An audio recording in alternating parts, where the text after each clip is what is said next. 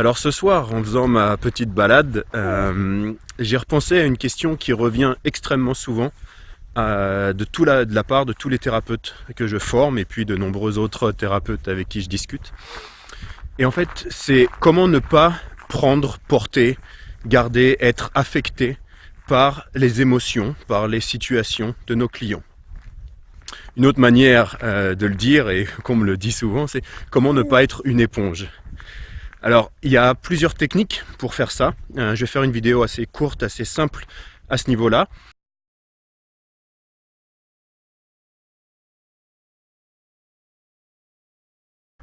Dans cette vidéo, on va regarder deux choses. L'avant et l'après d'une séance, comprendre ce qu'on peut faire en dehors de la séance, et puis comprendre ce qu'on peut faire pendant la séance. Je vais commencer par la partie pendant la séance, parce que c'est vraiment l'essentiel, le point le plus important, peut-être 70, 80% de ce qu'on peut faire ou doit faire. Et ici, on va trouver une méthode qui, pour moi, est l'essence qui est reliée à la méditation, qui est reliée à la spiritualité. C'est de prendre conscience de nos propres émotions, de nos propres ressentis, et de faire ce travail intérieur de méditation qui est de se positionner en tant qu'observateur de nos propres émotions. Si on arrive déjà à faire ce travail et qu'on s'est entraîné à faire ce travail, à observer nos propres émotions en étant l'observateur de nos émotions et donc de ne pas être affecté par nos émotions, ou en tout cas de ne pas les ressentir sur du long terme.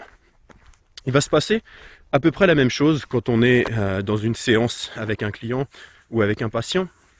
C'est qu'on va ressentir ces émotions. Si on est un bon thérapeute, on a de l'empathie, donc on va ressentir ces émotions. Souvent, les thérapeutes pensent que c'est pas une qualité d'avoir trop d'empathie. Moi, je dirais que c'est le contraire, surtout avec les méthodes que j'utilise et que j'enseigne. On utilise beaucoup l'empathie. C'est-à-dire que quand on a de l'empathie, on va entrer dans le monde de l'autre, on va vraiment le comprendre, on va vraiment ressentir et vivre ce qu'il vit. Mais on va vivre ça en tant qu'observateur. On ne va pas le vivre en tant que le client, que la personne qui souffre de ses émotions, mais on va être là avec ses émotions, dans son monde, et on va être capable, parce qu'on est observateur, de les gérer différemment, de pouvoir les observer avec de la distance, et de pouvoir aider notre client, notre patient, quand on fait une séance. Donc voilà, mais ce travail, ça paraît quelque chose de simple en le disant comme ça, mais c'est vrai que c'est assez compliqué dans le sens où il faut avoir fait ce travail personnellement de compréhension de soi, d'observation, d'avoir fait le travail d'être observateur de nos propres émotions et donc de pouvoir,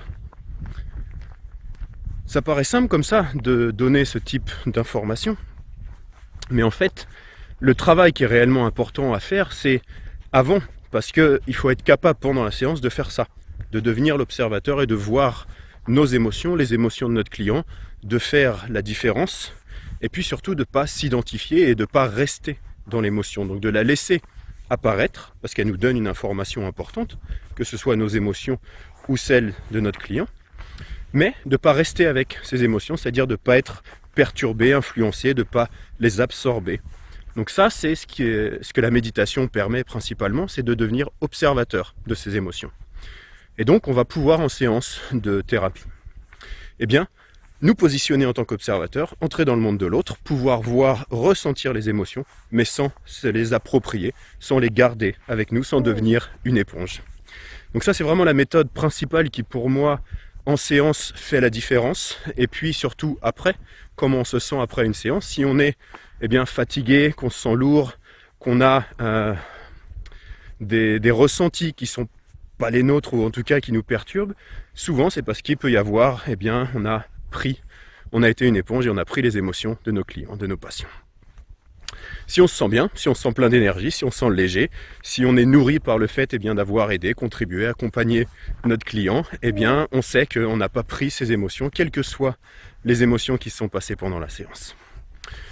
Les deux autres choses qui me paraissent essentielles, ou en tout cas la chose qui me paraît essentielle en plus de ce qu'on fait pendant la séance, c'est vraiment comment on se prépare en tant que thérapeute et le fait simplement de comment on prend du temps pour soi. Donc il y a deux choses. La première, c'est de prendre du temps pour soi. Je dirais c'est vraiment une chose essentielle qui est de ne pas prendre énormément de séances ou pas trop de séances dans la journée. C'est quelque chose qui est pour moi essentiel. En tout cas, je me suis rendu compte que j'étais pas autant efficace et que j'avais pas autant la même énergie, la même présence si j'avais trop de séances dans la journée. Donc je limite, en tout cas ça c'est ma pratique, le nombre de séances. Je prends du temps pour moi, c'est-à-dire que je vais marcher dans la nature tous les jours, 2 fois par jour, la plupart du temps, le matin, le midi, l'après-midi, et là le soir, selon comment se déroule la journée. Et de se connecter à la nature, donc d'aller marcher, de prendre du temps pour soi, mais d'être dans la nature. C'est vraiment quelque chose que j'ai répété dans beaucoup de vidéos et qui me paraît essentiel encore plus dans ce cadre de thérapie où on va aider les autres, d'aller se connecter, d'aller prendre les énergies de la nature, laisser les mauvaises énergies de côté, les laisser se dissiper dans la nature et puis se nourrir de ces bonnes vibrations, ces bonnes énergies. Je pense qu'on peut tous être d'accord avec ça, que quand on est dans la nature, on se sent tous bien, on se sent tous plein d'énergie, on a l'esprit plus calme, plus serein, on se sent plus serein. Oui, et lui aussi il est d'accord. Donc voilà. Et l'autre pratique qui est importante pour moi à pratiquer tous les jours, et en tant que thérapeute ça me paraît essentiel, donc c'est la notion de méditation. On en parlait pendant la séance que ça permet, mais c'est important de le faire avant les séances, ou en tout cas dans notre quotidien, pour pouvoir entraîner notre esprit à être dans cette position d'observateur, de voir les pensées, de voir les émotions, de voir les sensations, et de simplement rester dans cette position d'observateur. Alors celles et ceux qui sont intéressés par les vidéos sur la méditation, vous pouvez voir, j'ai fait une playlist où vous avez des vidéos sur la méditation qui sont un peu plus poussées. Je ne vais pas ici décrire ça, c'était pas l'idée. Mais en tout cas voilà, de prendre ce temps et cet entraînement mental à devenir l'observateur. Et ça va nous servir dans notre vie de tous les jours, à nous, en tant qu'humains. À un niveau spirituel, eh bien, ça permet aussi des choses plus avancées. Et puis, au niveau simplement professionnel, eh bien, ça nous permet de rester à notre position de thérapeute, d'observateur, tout en aidant, tout en accompagnant notre client, tout en entrant dans son monde et en ressentant ses émotions, mais sans s'en nourrir, sans en être perturbé. Alors, j'espère que cette vidéo est utile pour vous. Je vous dis à très bientôt pour la prochaine vidéo, coaching et thérapie.